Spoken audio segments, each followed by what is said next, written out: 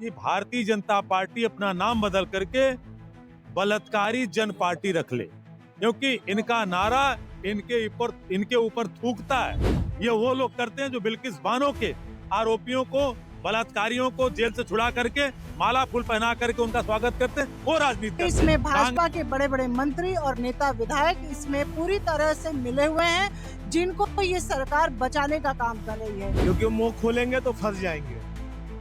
वो जिसको बचा रहे हैं सीएम का आका है।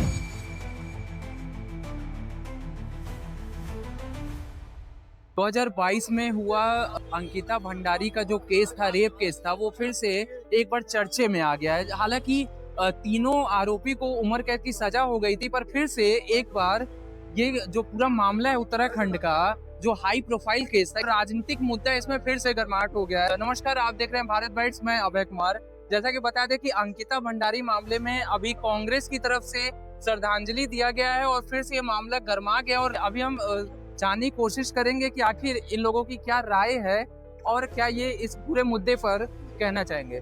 भैया, फिर से अंकिता भंडारी का जो मामला बढ़ा हुआ है, मुद्दा जो फिर गर्मा है, 3 साल पुराना मुद्दा, 4 साल पुराना मुद्दा, तो फिर क्या इसमें अब फिर से चीजें आई हैं? न्याय नहीं मिल पाया बच्ची को, बहन को न्याय नहीं। तीनों आरोपी को उम्र कैद हो गया था। नहीं, जो वास्तविक आरोपी है, जो ऑडियो जारी हुआ है, वो वीवीआईपी कौन है हम जानना चाहता है, पूरा देश जानना चाहता है।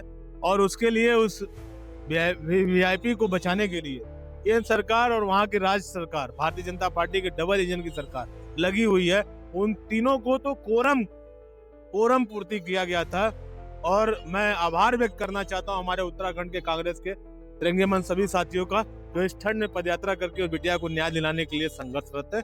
हम सब लोग आज बनारस में, हमारी महिला कांग्रेस की बहनों ने, हमारे जिला कांग्रेस कमेटी, महानगर कांग्रेस कमेटी, तमाम हमारे कांग्रेस के साथियों ने आज उस अंकिता भंडारी जी के चित्र पे पुष्पांजलि अर्पित की है। बाबा विश्वनाथ से हम सब कामना कर रहे हैं कि बहन को की आत्मा को शांति मिले और उनके परिवार को न्याय मिले, जो न्याय पिछले 4 वर्षों से एक लंबा इंतजार करने के बाद वास्तविक दोषी घूम रहे हैं, अट्टहास कर रहे हैं, और भारतीय जनता पार्टी का बेटी बचाओ का नारे की सच्चाई पूरे देश के सामने प्रकट।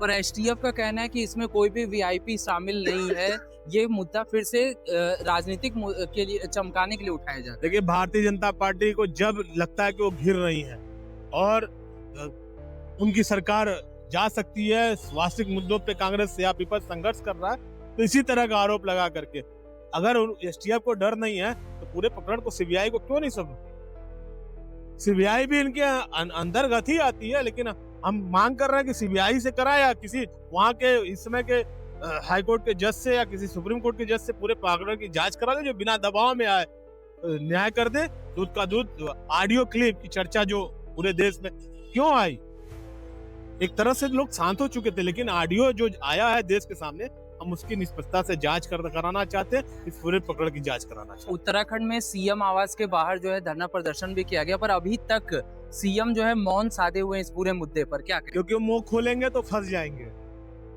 वो जिसको बचा रहे हैं सीएम का आका है, और देश बहुत जल्द देखेगा। हम विपक्ष के लोग उस नाम को भी उजागर करेंगे और इस प्रकरण की दूध का दूध और पानी कराकर। जैसा देख रहे हैं कि इनका कहना है कि दूध का दूध और पानी का पानी जल्द होगा, और भी लोग हमारे साथ जुड़े हैं, हम बात करने की कोशिश करेंगे। जैसा कि आप देख रहे हैं कि यहाँ मोमबत्ती जला के अंकिता भंडारी को श्रद्धांजलि दिया जा रहा है। कुछ महिलाएं भी हैं, हम उनसे बात करने की कोशिश करेंगे कि किस तरीके से फिर से ये मुद्दा गर्मा गया है। अपना परिचय देगा मैडम। मैं उपाध्यक्ष रेणु चौधरी, जिला उपाध्यक्ष रेणु चौधरी। जिस तरीके से 3 साल पुराना मुद्दा अंकिता भंडारी का फिर से गरमाया है, कहा जा रहा है कि कोई वीआईपी भी इसमें सम्मिलित है, जिसको अभी तक इस केस से बाहर रखा गया, क्या कहना चाहेंगे? बस मैं यही कहना चाहूंगी कि उस बेटी को न्याय मिले, उसकी निष्पक्ष सीबीआई जांच हो। मेरा नाम अनुराधा यादव, मैं महिला जिला अध्यक्ष कांग्रेस पार्टी वाराणसी। जो वाकई में जो इसके सजा के जो पात्र हैं, वो अभी भी सलाखों के पीछे नहीं है, उन्हें सजा नहीं मिली है। हम सीबीआई से इसीलिए मांग कर रहे हैं कि असली जो मुजरिम है उनको सजा मिले, क्योंकि इसमें भाजपा के बड़े बड़े मंत्री और नेता विधायक इसमें पूरी तरह से मिले हुए हैं, जिनको ये सरकार बचाने का काम कर रही है। हम सड़क पर उतरे हैं कि वाकई जो सही मायने में जो अपराधी हैं, जिसकी वजह से उस बच्ची की जान गई, उन्हें सजा मिले। इस तरीके से आप देख रहे हैं कि इसमें फिर से मौजूदा सरकार का नाम आ रहा है और कहा जा रहा है कि अंकिता भंडारी केस में भाजपा नेताओं की संलिप्तता है और इससे जो है एसटीएफ नहीं मान रही है और यहीं पे अब कांग्रेस का कहना है इस पूरे मुद्दे को सीबीआई को सौंपना चाहिए। तो अंकिता भंडारी केस में फिर से जो है विद्रोह चालू हो चुका है। अभी हमारे साथ राष्ट्रीय प्रवक्ता संजीव सिंह जी हैं, उनसे हम बात करने की कोशिश करेंगे कि फिर से ये मुद्दा 3 साल पुराना ये मुद्दा है, 3-4 साल पुराना, फिर से ये मुद्दा गर्मा गया है, क्या कहना चाहेंगे? देखिए, ये इशू जो है स्वयं भारतीय जनता पार्टी के पूर्व विधायक सुरेश राठौर की पत्नी उर्मिला राठौर ने एक ऑडियो के द्वारा वो तमाम सोशल मीडिया चैनल्स पे चल रहा है और खुलासा किया। स्वयं सुरेश राठौर कह रहे हैं कई बातों को बताते हुए कि तुम नहीं जानते उसमें गट्टू था। गट्टू कौन? वो गट्टू उत्तराखंड भाजपा का प्रभारी था, भारतीय जनता पार्टी का राष्ट्रीय महासचिव, जिसका नाम दुष्यंत गौतम। कहा उस दुष्यंत गौतम को, चूंकि अंकिता भंडारी ऋषिकेश के जिस रिसोर्ट में काम करती थी वो भारतीय जनता पार्टी का नेता विनोद आर्या था, उसका बेटा पुलकित आर्या उसको एक तरह से जबरी यौन शोषण के लिए प्रेरित किया और उस बेटी ने मना किया तो उसके बाद उसकी हत्या करके उस नदी में फेंक दी गई। अभी कुछ दिन पहले पुलकित आर्या के 2 साथियों को इस केस में सजा हुई, लेकिन उनके परिवार के लोगों को, यानी अंकिता भंडारी के परिवार के लोगों को तब भी उम्मीद थी कि जो मुख्य आरोपी हैं वो बच रहे हैं, जिसका खुलासा भी उर्मिला राठौर ने किया है, जिसमें सीधे सीधे भाजपा के पूर्व राज्यसभा सांसद उत्तराखंड के प्रभारी दुष्यंत गौतम का नाम लिया है और भाजपा के उत्तराखंड के महामंत्री अजय कुमार सिंह का नाम लिया है। ये दोनों लोगों के खिलाफ पूरी कांग्रेस और उत्तराखंड के लोग आज सड़कों पे उतर रहे हैं। सबसे बड़ी बात यह है कि भारतीय जनता पार्टी के महिला मोर्चा के उत्तराखंड के तमाम पदाधिकारियों ने थूक करते हुए पद को छोड़ा, वो भी वीडियो चल रहे हैं। तो ऐसे में हम न्याय की उम्मीद के साथ यहाँ इकट्ठा हुए हैं कि अंकिता भंडारी की सच्ची श्रद्धांजलि तभी मिलेगी, उनके परिवार को शांति तभी मिलेगी जो अब आरोपी यानी जो मुख्य दोषी जो छिप रहे थे, वो वीआईपी का नाम जो छिपाया जा रहा था वो सामने आ गया है, उसकी सीबीआई जांच कराई जाए और ये लोग जो दोषी पाए जा रहे हैं इनके ऊपर सख्त से सख्त कार्रवाई की जाए, कठोरतम दंड दिया जाए, तब लगता है कि उस बच्ची के साथ न्याय होगा। अन्यथा ये कहना गलत नहीं होगा कि भारतीय जनता पार्टी अपना नाम बदल करके बलात्कारी जन पार्टी रख ले, क्योंकि इनका नारा इनके ऊपर थूकता है। बेटी बचाओ बेटी पढ़ाओ का नारा इनके ऊपर इसलिए थूकता है कि जब बेटियां भाजपा के नेताओं से बचेंगी तब पढ़ेंगी तब सुरक्षित रहेंगी। पर एसटीएफ आपने कहा, पर एसटीएफ का कहना है कि जो भी मुख्य आरोपी थे उनको उम्र कैद की सजा हो चुकी है। इस पूरे मामले को फिर से उठाया जा रहा है सिर्फ राजनीति चमकाने के लिए।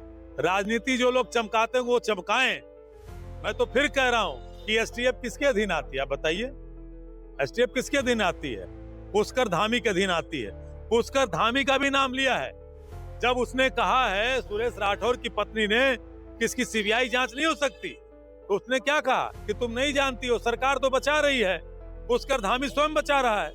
अब इससे ज्यादा खुलासा क्या है? इसीलिए हमने कहा कि जब तक निष्पक्ष जांच सीबीआई की नहीं होगी और हाई कोर्ट के जज के निर्देशन में नहीं होगी, तब तक ये दोषी जिनका नाम आ रहा है, और भी लोग हो सकते हैं, तब तक वो सामने नहीं आएंगे और अंकिता भंडारी को सच्ची श्रद्धांजलि नहीं होगी। राजनीति वो लोग करते हैं जो प्रधानमंत्री की कंस्टिट्यूंसी में आईआईटी की बेटी का गैंगरेप होता है उसको बचाते हैं, जो भारतीय जनता पार्टी का विधायक रामदुलार गौड़ पास्को के तहत अभियुक्त रहता है सोनभद्र का, उसको भी टिकट देते हैं। ये वो लोग करते हैं जो बिल्किस बानो के आरोपियों को, बलात्कारियों को जेल से छुड़ा करके माला फूल पहना करके उनका स्वागत करते हैं, वो राजनीति करते हैं। कांग्रेस के लोग बहु बेटियों की सुरक्षा के लिए लड़ते हैं और इसलिए हम यहाँ पे आज संघर्ष कर रहे हैं। तो जैसा आपने सुना, इनका कहना है कि भारतीय जनता पार्टी बहुत जल्द जो है बलात्कारी जनता पार्टी होगी और कांग्रेस हमेशा से बहु बेटियों की इज्जत के लिए लड़ाई कर रही है। अब ये देखना काफी जरूरी होगा कि इस पूरे अंकिता भंडारी मामले पर मौजूदा सरकार और पुष्कर धामी का क्या रवैया रहता है।